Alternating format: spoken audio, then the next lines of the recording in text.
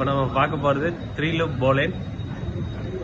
இது வந்து சேர் நாட்டுக்கு ஆல்டர்னேட்டாக யூஸ் பண்ணிக்கலாம்.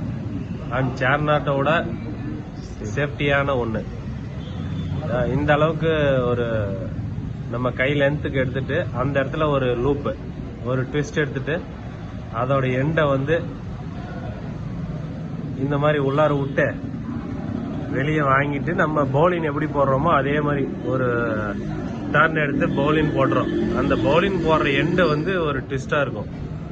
ஒரு லூப் வந்துடும். அதுல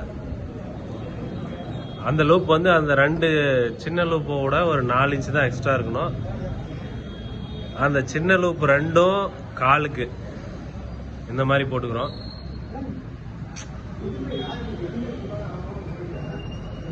அடுத்தது அந்த பெரிய லூப்பை செஸ்ட்டுக்கு வர மாதிரி ஃபர்ஸ்ட் போட்டு அதுக்கப்புறம் காலுக்கு 2 லூப் போட்டுக்கிறோம்.